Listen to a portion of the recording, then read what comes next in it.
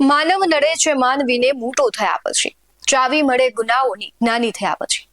આ ભજન સમજાવે છે કે જેમ જેમ માણસ મોટો, જ્ઞાની કે પૈસાદાર બને છે, તેમ તેમ તે વધુ સ્વાર્થી બને છે, અપરાધો તરફ વળે છે અને નિસ્વાર્થ ભાવના ગુમાવી બેસે છે.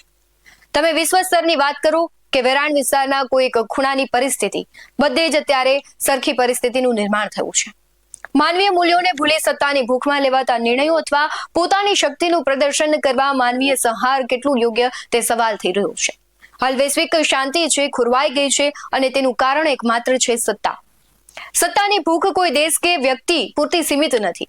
આજે બધાને એક ગાંડું વણગણ છે કે અમે મોટા થઈ જઈએ, અમારું રાજ ચાલવું જોઈએ. પણ આ બધી નિમ્ન કક્ષાની માનસિકતામાં પીસાય છે સામાન્ય અને નિર્દોષ માણસ. યુદ્ધ કરીને મળશે શું? નરસંહાર કરીને શું મળશે? લાખો લોકોની લાશ જોઈને માણસને આનંદ આવે તો એ માણસ કહી શકાય? માનવીય વેદના અને સંવેદના ભૂલી જતા માણસ જેવો મોટો પાપી કોઈ ના હોઈ શકે.